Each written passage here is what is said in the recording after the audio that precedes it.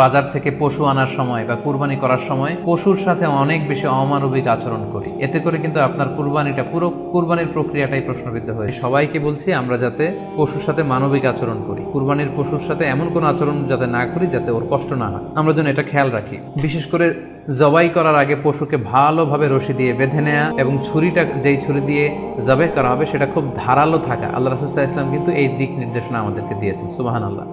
ইসলাম যে কতটা check and balance, কতটা ভারসাম্যপূর্ণ জীবন বিধান। আল্লাহ রাসূল সাল্লাল্লাহু আলাইহি ওয়াসাল্লাম সহিহ মুসলিমের বর্ণনায় তিনি বলছেন, ইযা যাবাহতুম ফাআহসিনু যিবহা, তোমরা যখন জবাই করবে সেখানেও তোমরা ইহসান করো।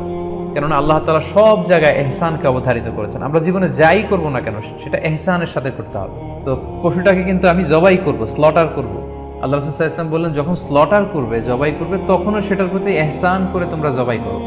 কিভাবে ইহসানের সাথে জবাই করবে?